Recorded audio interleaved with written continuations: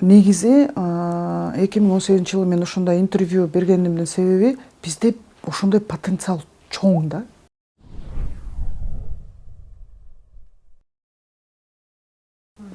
Бизге ким керек? Бизге кыйын маркетолог керек, бизге кыйын менеджер керек. Болду.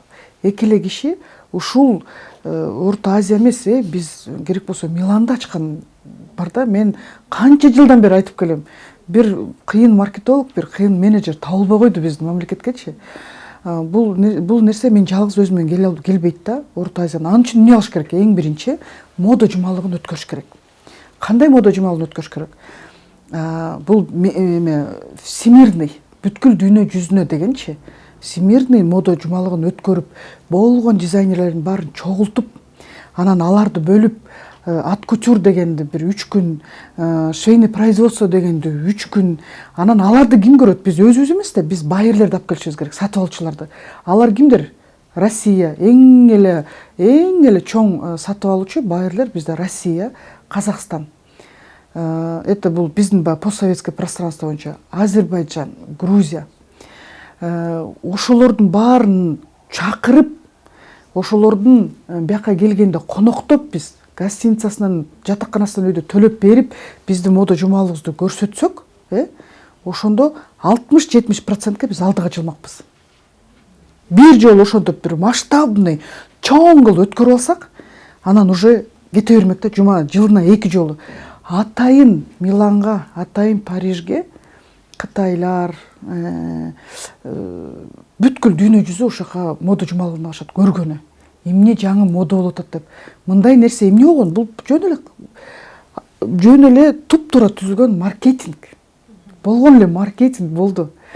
Мисалы үчүн Италияда, Парижде, Францияда ВВПнын 50% өйдө эмеси, пайызы бул ВВПнын швейный отрасль. Бизде эле ошондой кылсак болот. Бизде эки эле отрасль бар. Бизде нефть жок, эчтеке жок. Эки эле отрасль бар.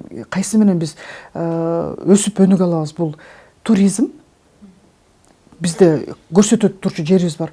Анан швейный отрасль бүттү, эки эле.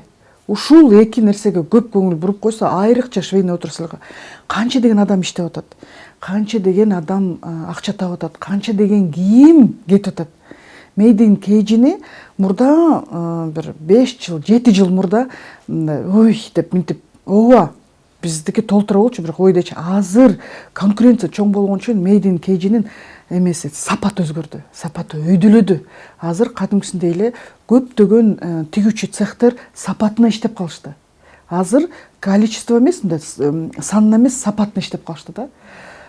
Дубайга барганда аябай сонун бир көйнөктү менин бир тааныш кызым сатып алып, анан аябай таң калыптыр. Ушундай качественный сонун экен, карасам Made in KG. Аябай таң калды, силер уже Дубайга кирип кеткен турбайсыңар деп. Бул аябай жакшы нерсе. Негизи ар бир жылдын өзүнүн тренди болот. 2021-2022-нин эмки жазына чейин, мисалы үчүн, орусча айтканда прозрачность деп коет.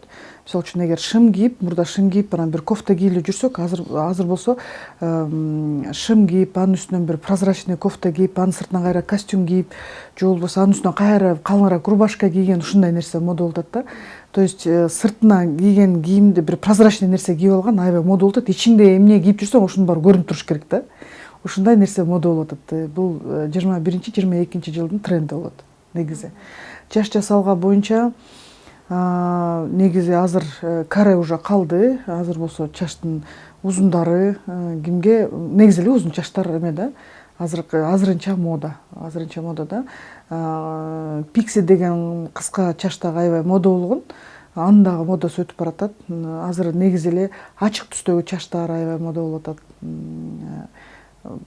Биздин кыргыздын кыздары көптөрү блондинка болуп атышат. Бир ортосундагы бир пепельный, коричневый цветтер аябай мода болуп атат. Вот ошол.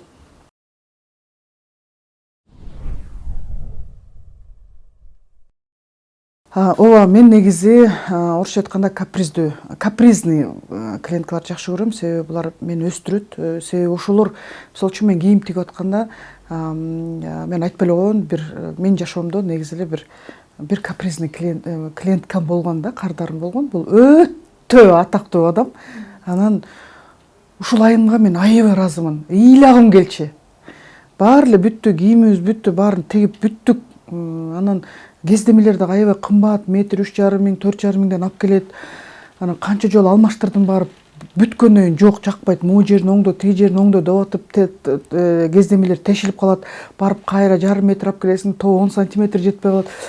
Ушинтип жүрүп, кийим жактан ошол кардарыма аябай ыраазымын да. Убагында ыйлагым келип, ыйлаганда күндөр болгон да ушунчалыкчы. Бирок аябай ыраазымын ошол айымга. Мени көп нерсеге үйрөттү. Көп нерсеге үйрөттү. Ошондуктан мен дайыма өзүм кыздарыма, окуучуларыма айтам, эгерде капризный клиентиңер болсо, ошого рахмат деп айткыла, ошол болбосо өспөйсүңөр. Көптөрү унчукпай кетип калышат. Анан кайра келишпейт. Бул өтө начар нерсе. Наоборот, мен мисалы үчүн бир жерге барганда бирдемем жакпаса, мен жакшы кылып айтам да, түшүндүрүп айтам. Момундай болду, бүгүн момундай болуп калды. Мүмкүн болсо эмкеде кайталабай эле койсоңор деп ушундай нерсени айтып туруш керек. Эгерде биз ушул Кыргызстанда бизнестер өссүн десе, биз кандайдыр бир өсүп өнүгөлү десек, сөзсүз түрдө кемчилигибизди айтып турсак, эгерде бир аң сезими өскөн бизнесмен болсо, ал туура кабыл алат.